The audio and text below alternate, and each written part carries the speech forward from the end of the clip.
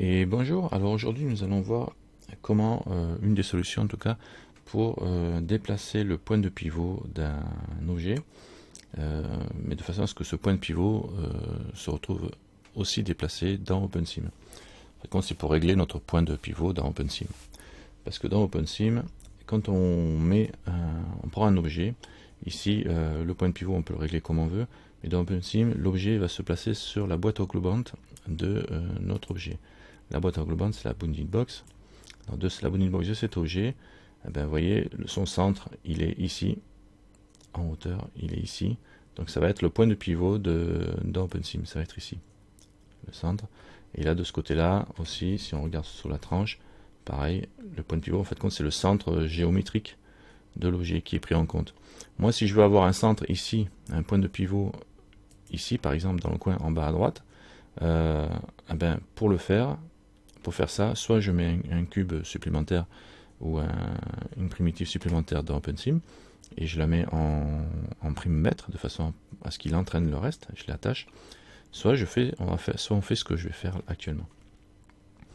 Donc je vais positionner mon curseur là où je veux avoir mon point de pivot. En admettant que je vais l'avoir, tiens, on va prendre ici, là, sur l'angle d'en bas. Je vais revenir en vue solide. Voilà. En admettant que je veuille l'avoir ici, mon point de pivot. Ou là, tiens. Juste sur la base. Je veux qu'il pivote là-dessus pour mettre un script et qu'il pivote comme ça. D'accord. Là, je mets mon curseur en bonne position ici. Je vais me mettre dans l'autre vue. Et je vais me mettre pareil ici. Voilà. Et je reviens là.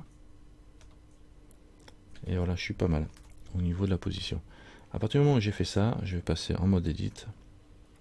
Pour être simple, alors j'ai les modificateurs qui sont appliqués, hein, et je vais rajouter une boîte où je reste en mode objet. Ouais, je peux rester en mode objet sans appliquer les modificateurs, c'est pareil. Donc je vais venir ici, je rajoute une boîte, Shift A, qui va se positionner exactement là où j'ai mon curseur. Mesh, cube, voilà, donc ma boîte elle est là. Je vais passer en edit mode sur ma boîte, je vais passer en wireframe, voilà, et je vais agrandir sans déplacer ma boîte. Je vais agrandir la boîte. Donc je vais faire un SZ de façon à englober, mais juste bien mon objet dans la boîte. Donc là, je l'englobe à peine et je reste collé en haut. Et je vais resserrer en largeur aussi. SX. Voilà. Toujours en changeant que SX, pas en bougeant un côté ou l'autre. Je déséquilibre pas le centre.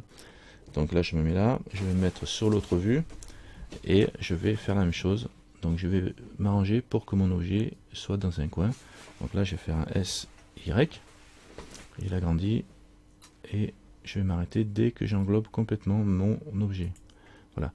Donc je me retrouve mon objet dans un coin en haut et sur les côtés. Ici. Et dans l'autre sens. Voilà. Donc il est bien englobé. Et il est bien dedans. Ça fait quoi tout ça? Je reviens en mode objet. Ça donne une deuxième boîte englobante, mais qui elle a un point central qui va être un point de pivot qui va être exactement là où j'ai mon curseur. Hein, si je la fais tourner, si je fais un R, vous voyez, et ça c'est ce qu'on obtient aussi dans OpenSim quand on a importé cet objet, si on a importé que cette boîte là. Donc le but du jeu, ça va être de lier mon objet avec cette boîte là. Donc je peux le faire.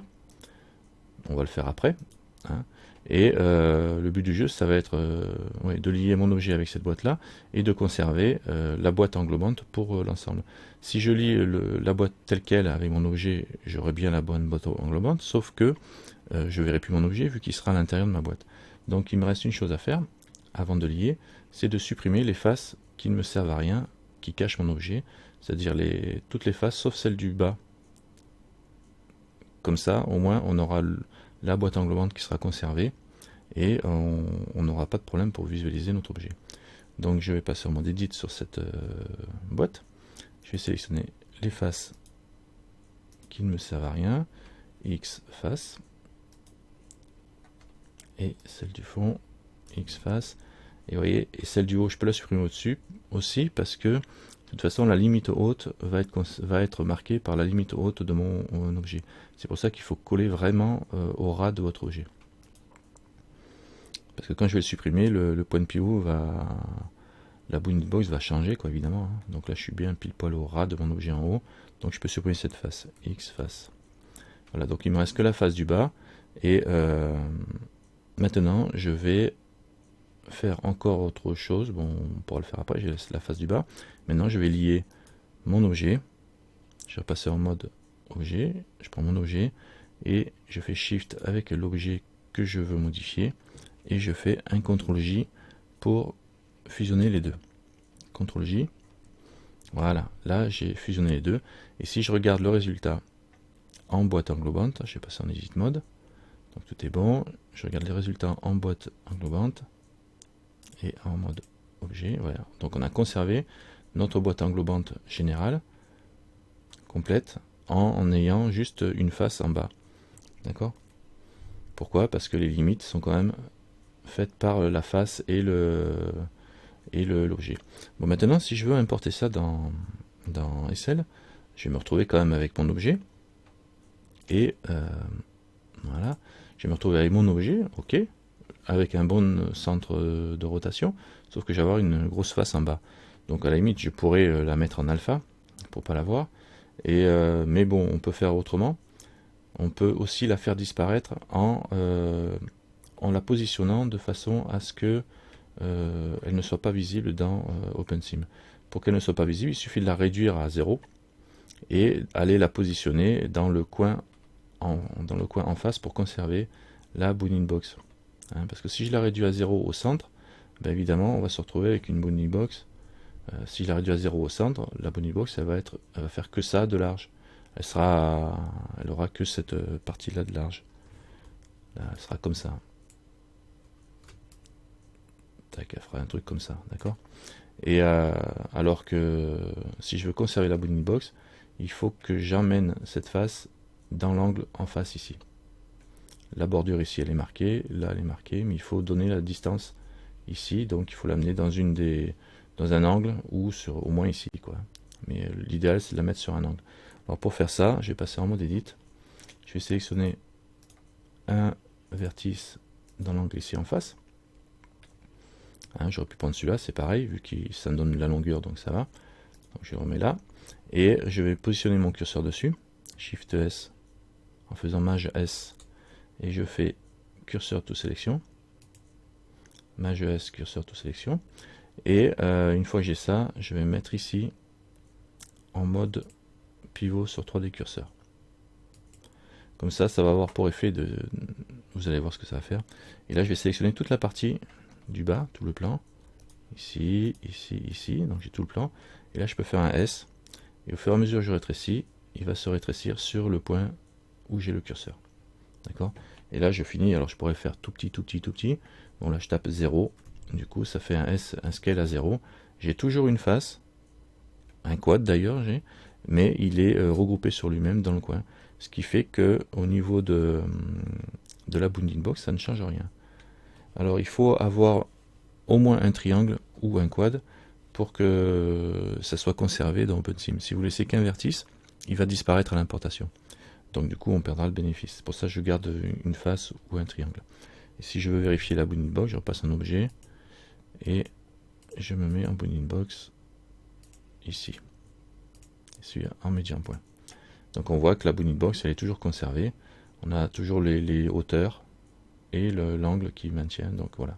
Donc là on a un objet qui est prêt à être importé dans OpenSim, qui n'a pas changé d'allure, sauf que sa boîte englobante est devenue beaucoup plus grande, hein, et que son point de pivot est maintenant placé à cet endroit-là dans OpenSim. Alors il ne faut pas oublier que ça nous voyait qu'en résultat, le résultat c'est que votre objet fait pratiquement le double de taille, hein, prise en compte dans SL, il va faire le double de taille. Donc du coup au niveau du land impact, il peut y avoir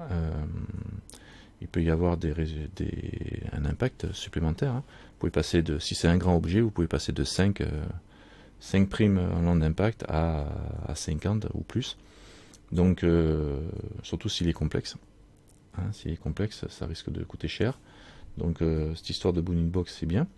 Mais si vous avez qu'un seul objet à agrandir et qui risque de prendre beaucoup de place, et puis il y a aussi le fait qu'il va prendre la place physiquement aussi. Donc la boîte englobante va être un obstacle dans Second Life. Et les gens qui vont passer vont taper dans la boîte englobante. Hein. Donc même si elle n'est pas visible, elle sera là. Donc il va falloir gérer aussi le physique, la physique de votre système pour que les gens ne soient pas gênés par une boîte englobante qui est trop éloignée. Donc cette technique-là est pratique, sauf si vous décidez de mettre un point de pivot très loin et que votre objet est grand. Alors là, du coup, ça va vous agrandir l'objet, il va falloir faire du physique aussi. Enfin bon, vous verrez bien les obstacles qu'on peut avoir. Par contre, c'est très pratique de faire ça. Voilà, bon, je pense qu'on a tout vu. Je ne vois pas d'autres problèmes à signaler par rapport à cette technique-là. Ouais, ça devrait aller. Bon, bah, à vous de jouer, amusez-vous bien, et si vous avez des questions, bah, vous savez où me trouver. À bientôt!